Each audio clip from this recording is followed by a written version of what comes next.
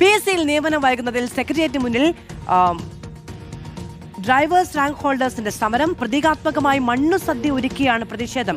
Ashwin Diego വിവരങ്ങളുമായി നമ്മളോടൊപ്പം ചേരുകയാണ് സമരസ്ഥലത്ത് നിന്ന്. അശ്വിൻ, കഴിഞ്ഞ ദിവസമാണ് ഈ LPST സ്കൂൾ ടീച്ചേഴ്സ് ആ റാങ്ക് ഹോൾഡേഴ്സ് മണ്ണ് തിന്ന് പ്രതിഷേധം നടത്തിയത്.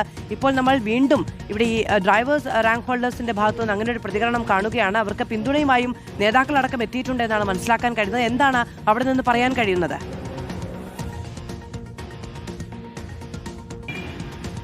മാധു, തിരുവോണനാളിൽ മണൽ സദ്യ ഒരുക്കിക്കൊണ്ടുള്ള പ്രതിഷേധത്തിലേക്കാണ് driver cum office assistant rank ഹോൾഡേഴ്സിലെ ഉദ്യോഗാർത്ഥികൾ ഇപ്പോൾ ഈ മണൽ വാരത്തിനോടുള്ള പ്രതിഷേധത്തിലേക്ക് അവർ കടന്നിരിക്കുന്നു എന്നുള്ളതാണ്. സെക്രട്ടേറിയറ്റിന് മുന്നിലാണ് ഇവർ.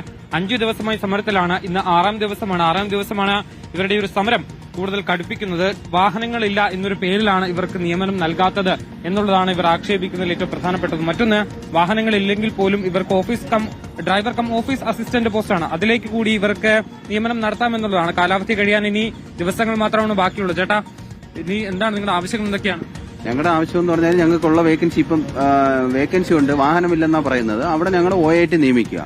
ഞങ്ങളുടെ റാങ്ക് ലിസ്റ്റിന്റെ കാലാവധി കഴിഞ്ഞു പോയിക്കൊണ്ടിരിക്കുകയാണ്. അപ്പോഴേ അവിടെ സർക്കാർ 15 വർഷമായിട്ട് ഒരു ഡിപ്പാർട്ട്മെന്റ് വാഹനം എടുക്കാത്ത ഞങ്ങളുടെ തെറ്റല്ല.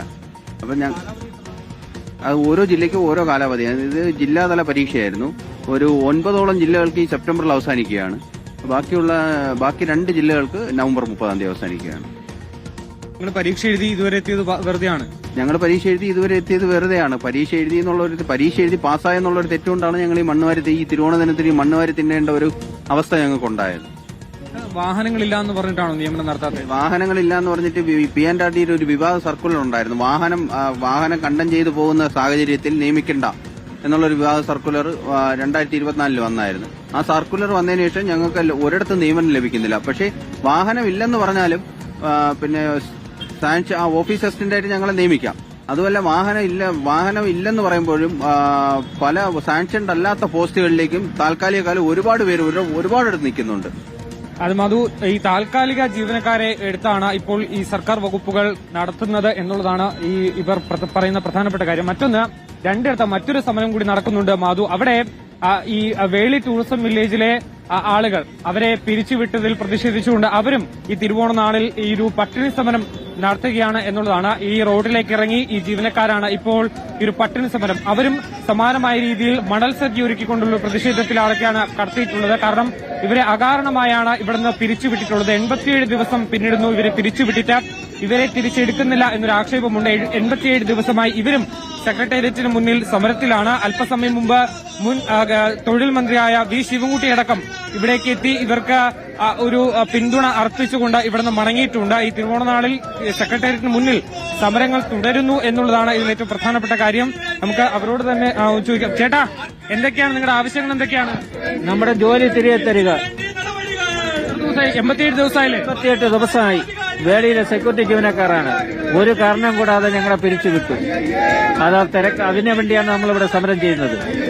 അതെ, ഹൈക്കോടതി വിധിയില്ലേ നിങ്ങൾ തിരിച്ചെടുക്കണമെന്നുണ്ട്? വിധിയുണ്ട്. എന്നിട്ട് പോലും ഡെപ്യൂട്ടി സമ്മതിക്കുന്നില്ല.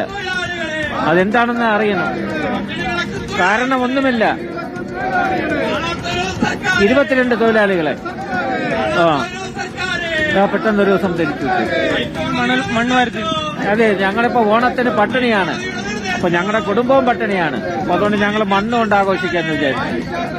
അത് തന്നെയാണ്. ഇവർ പട്ടിണിയാണ്, ഇവരുടെ കുടുംബവും പട്ടിണിയാണ്. അകാരണമായാണ് ഇവരുടെ തൊഴിലിൽ നിന്ന് ഇവരെ പിരിച്ചുവിട്ടത്. ഇവരെ തിരിച്ചെടുക്കണം എന്നുള്ളതാണ്. ഇത് വേളി ടൂറിസ്റ്റ് വില്ലേജിലെ ആളുകളാണ്. ഇവരെയാണ് അകാരണമായി പിരിച്ചുവിട്ടുള്ളത്. സെക്യൂരിറ്റി ജീവനക്കാരാണ് ഇവർ എന്നുള്ളതാണ്. മാത്രമല്ല പട്ടികജാതി വിഭാഗത്തിൽപ്പെട്ട ആളുകളാണ്.